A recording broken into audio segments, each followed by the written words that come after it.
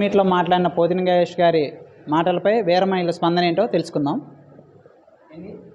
నమస్తే, చెప్పండి. నిన్న పోతిన మహేష్ గారు ఏదైతే జనసేన నాయకులందరూ కార్యకర్తలు వీర మహిళలు అందరూ కూడా జనసేన కూలీలు జెండా కూలీలు అని చెప్పి వ్యక్తవ్యం చేశారు. దాన్ని మీరు ఏ విధంగా ఖండిస్తున్నారు? జనసేన పార్టీ నాయకులు కార్యకర్తలు వీర మహిళలు జనసేన పార్టీ జెండానే పట్టుకుంటున్నారు. జనసేన పార్టీ అధినేత పవన్ కళ్యాణ్ గారితో నడుస్తున్నారు. అలాగే జనసేన పార్టీ వీర మహిళగా మాకు ఒక జెండా ఉంది, మాకు ఒక అజెండా ఉంది. పోతిన వెంకట మహేష్ గారే జెండా కూలీ అయ్యారని మేము భావిస్తున్నాం. ఎందుకంటే వైఎస్ఆర్సీపీ కండవా మెళ్ళగొప్పుకున్నారు, వైఎస్ఆర్సీపీ జెండా చేత్తో పట్టుకున్నారు అని మేము తెలియజేస్తున్నాం. మేమైతే ఏ పార్టీ జెండాలు పట్టుకోవట్లేదు, జనసేన జెండాలే పట్టుకుంటున్నాం. అసలు పోతిన మహేష్ గారు జెండానే లేని పార్టీ జనసేన పార్టీ అని చెప్పి అంటున్నారు. పోతిన వెంకట మహేష్ గారు మాట్లాడుతుంటే చాలా హాస్యాస్పదంగా ఉంది. ఎందుకంటే మొన్నటిదాకా ఒక నెల రోజుల క్రితం దాకా కూడా జనసేన పార్టీ అండలోనే ఉన్నారు, పవన్ కళ్యాణ్ గారి నీడలోనే ఉండి జనసేన పార్టీ జెండానే పట్టుకున్నారు. ఏ అజెండా లేదని, జనసేన పార్టీకి బలమే లేదని ఇన్ని సంవత్సరాలు ఆయన జనసేనలో ఉన్నారు, పవన్ కళ్యాణ్ గారితో ఉన్నారు. ఆయనే సమాధానం చెప్పాలని నేను తెలియజేస్తున్నాను. అసలు జనసేన నుంచి ఎటువంటి సపోర్ట్ లేదు కాబట్టి నేను జనసేన నుంచి బయటకు వెళ్ళాను, జనసేన మొత్తం అమ్ముడిపోయింది, పార్టీ తెలుగుదేశం పార్టీకి అమ్ముడిపోయింది అని చెప్పి ఆయన అంటున్నారు. ఆయన ఆస్తులు అమ్ముకొని పార్టీని నడిపారు, ఇంతకాలం కూడా పశ్చిమ నియోజకవర్గంలో ఆయన నడిపించారు అంటున్నారు. జనసేన పార్టీ పవన్ కళ్యాణ్ గారు ఆశీస్సులు లేకుండానే 2019 ఎన్నికల్లో ఆయన పోటీ చేశారా? అలాగే ఓడిపోయాక కూడా పార్టీలో కొనసాగడానికి ఒక పదవి అర్హత కల్పించారా? ఒక నగర అధ్యక్షుడు, రాష్ట్ర అధికార ప్రతినిధి, పశ్చిమ నియోజకవర్గం ఇన్ఛార్జ్ ఇచ్చి విజయవాడ నగరం లాంటి ఒక నగరాన్ని ఆయన చేతిలో పెట్టి, పార్టీ క్యాడర్ను కూడా ఆయన చేతిలో పెట్టి పవన్ కళ్యాణ్ గారు అంత నమ్మారు. ఏ కార్యక్రమం జరిగినా కానీ పోతిన వెంకట మహేష్ గారిని సిటీలో, విజయవాడ సిటీలోనే ఆయన కార్యక్రమం చేసి ఆయన చేతుల మీదుగా నడిపించి అప్పచెప్పిన ఒక గొప్ప వ్యక్తి పవన్ కళ్యాణ్ గారు. అలాంటి ఆయన గురించి మాట్లాడుతుంటే పోతిన వెంకట మహేష్ గారు ఇంకా రానున్న రోజుల్లో ఆయన భవిష్యత్తు ఏంటో అని మాకైతే అర్థం కావట్లేదు. ఎందుకంటే మంచి వాళ్ళని ఎప్పుడు కూడా మనం విమర్శిస్తే ఆ పాపం ఊరికినే పోదని నేను తెలియజేస్తాను.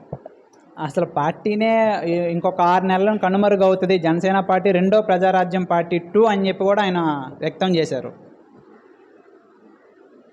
ప్రజారాజ్యం 2 అవదు. అప్పుడు చిరంజీవి గారు కొన్ని కారణాల వల్ల ఏం జరిగిందో అందరికీ తెలుసు. పవన్ కళ్యాణ్ గారు 2019లో ఓడిపోయా కూడా ఒక్క సీటు కూడా వచ్చినా ఆ సీటు మనకి లేకపోయినా కానీ పవన్ కళ్యాణ్ గారు నిలబడ్డారు, క్యాడర్ని నిలబెట్టారు. పోతిన వెంకట మహేష్ గారు లాంటి నాయకుడు కూడా మొన్నటిదాకా పవన్ కళ్యాణ్ గారు అడుగు జాడల్లోనే నడిచాడు. కేవలం వైఎస్ఆర్సీపీ ప్యాకేజ్ కోసం వాళ్ళతో ఈరోజు జతకట్టి పవన్ కళ్యాణ్ గారి మీద విమర్శలు చేస్తున్నారని నేను తెలియజేస్తున్నాను. అసలు ప్యాకేజే తీసుకోలేదు, అసలు ప్యాకేజీ ఇచ్చిందే పవన్ కళ్యాణ్కి, అసలు నాకు ఎక్కడ ప్యాకేజీ ఇచ్చింది అని చెప్పి పోతిన మహేష్ అంటున్నారు. అసలు ప్యాకేజీ పవన్ కళ్యాణ్ గారు తీసుకున్నా, నా దగ్గర ఆధారాలు ఉన్నాయి, ఎలక్షన్ ముందే వాటి ఆధారాలు కూడా బయట పెడతా అని చెప్పి గట్టిగా వాదిస్తున్నారు. ఆయనకు సంబంధించిన ఏమైనా మీ దగ్గర ఆధారాలు ఉన్నాయా? పవన్ కళ్యాణ్ గారు ప్యాకేజ్ తీసుకుంటే 2019లో ఒక ఏమీ లేని ఒక కార్యకర్తగా స్టార్ట్ అయిన పోతిన వెంకట మహేష్ గారికి సీట్ ఎవరు? ప్యాకేజ్ తీసుకుంటే ఆ రోజు సీటు ఆయన అప్పుడే ఇవ్వకుండా చేసేవాళ్ళు. అలాగే ఈరోజు కూడా టీడీపీ పొత్తులో జనసేన పొత్తు అని తెలియజేయగానే ఫస్ట్ బాంబులు పేల్చి హడావిడి చేసి పొత్తు కోరుకున్న మొదటి వ్యక్తి మహేష్ గారే.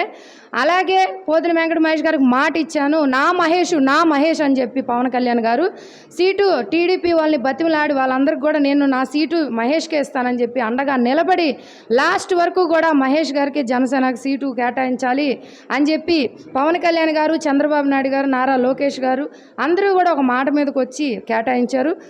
ఇది బీజేపీ పొత్తులో భాగంగా వాళ్ళు సీటు గట్టిగా మాకు కావాలి అని చెప్పి వాళ్ళు అడగడంతో పవన్ కళ్యాణ్ గారు ఇంకేమీ చేయలేక ఒక అడుగు వెనక్కి తగ్గాల్సి వచ్చింది.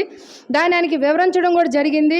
కానీ అదేమీ పట్టించుకోకుండా జనసేన పార్టీగా కావాలి, గాజు గ్లాసు కావాలని చెప్పి క్యాడర్ని అందరినీ కూడా మభ్యపెట్టి నెల రోజులు వాళ్ళకి ఏమీ చేయలేని స్థితిలో వాళ్ళని ఉంచి ముందు రోజు నైట్ వరకు కూడా క్యాడర్కి లేనిపోని మాటలు చెప్పి మోసం చేసిన వ్యక్తి మహేష్ గారు. అలాగే పొద్దున కల్లా నేను రాజీనామా చేస్తున్నానని చెప్పి వైసీపీలోకి జాయిన్ అయిన ఒక మోసపూరితమైన వ్యక్తి పోతిన వెంకట మహేష్ గారు. అసలు ఆయన ఏమంటున్నారు, పార్టీ నాకు క్యాడర్ ఇవ్వలేదు, నన్ను మోసం చేసింది, పవన్ కళ్యాణ్ గారు ఇంటికి పిలిచి మరి నాకు సీట్ ఇస్తానని చెప్పేసి అన్నారు కాబట్టి నేను అన్నీ నా ఆస్తులు అమ్ముకొని అన్ని ఏర్పాట్లు చేసుకొని నా భార్య పిల్లల్ని ప్రచారానికి దింపిన తర్వాత పవన్ కళ్యాణ్ గారు నన్ను మోసం చేశారు, నన్ను నరికేశారని చెప్పేసి అంటున్నారు. మీరేమో ఇలాగ అంటున్నారు, ఏంటి మరి? మీరు ఆయన మాటల్లో వినే ఉంటారు. పవన్ కళ్యాణ్ గారు సీటు నీకే ఇస్తాను, నువ్వు పని చేసుకొని చెప్పలా, పిలిచి నేను చూస్తా మహేష్, నీకు వచ్చేలా నేను చేస్తాను, అని చెప్పి ఆయన నోటుతోనే ఆయనే మాటల్లోనే తెలియజేశారు. ఒక పోతిన వెంకట మహేష్ గారిని ఎందుకింత ఇది, ఇక్కడ చాలామంది నాయకులు ఉన్నారు సీటు రాని వాళ్ళు, వస్తుందని చెప్పి ఎదురు చూసి లాస్ట్ వరకు పోరాడి 24 ఉన్నప్పుడు కూడా 24 ఉన్నారు కొంతమంది, అందులో 21కి రాగానే ముగ్గురు మంచి నాయకులు కష్టపడిన వాళ్ళు కూడా ముగ్గురు వెనక్కి తగ్గాల్సి వచ్చింది. వాళ్ళు ఇలాగే మాట్లాడట్లేదే, పవన్ కళ్యాణ్ గారు ఏ నిర్ణయం తీసుకున్నా మేము కట్టుబడతాం, ఈ రోజు కాకపోతే రేపు జనసేనలో అవకాశం వచ్చింది, 2019లో మనల్ని నమ్మి మనకు సీట్లు ఇచ్చారు, ఆ రోజు మనం గెలిపించలేకపోయాం పార్టీని అని ఒక అడిగి అందరూ వెనక్కి తగ్గి ఒక 2 రోజులు బాధపడి అర్థం చేసుకుని మళ్ళీ పవన్ కళ్యాణ్ గారి కోసం నిలబడ్డారు. మీరే ఎందుకు ఇంత రాద్ధాంతం చేస్తున్నారు? మీరు ఒక్కరే కష్టపడ్డారా రాష్ట్రంలో? ఎవరు కష్టపడలేదా? మీతో పాటు మేమందరం కూడా కష్టపడ్డాం, పశ్చిమ నియోజకవర్గంలో మేమందరం కూడా పార్టీ కోసం నిలబడ్డాం, మీతో పాటు కేసులు మేము పెట్టించుకున్నాం, మీ ఒక్కరికే బాధ ఉన్నట్టు మీరు ఒక్కరే నష్టపోయినట్టు మాట్లాడడం అసలు చాలా దారుణం. కేవలం వైఎస్ఆర్సీపీ మీరు వాళ్ళతో జతకట్టి పవన్ కళ్యాణ్ గారిని ఇలాగా టార్గెట్ చేసి మాట్లాడుతున్నారు. తాడేపల్లి ప్యాలెస్ నుంచి వచ్చే స్క్రిప్ట్లు పెట్టుకొని మీరు మాట్లాడుతున్నారు, మాకు అందరికీ తెలుసు.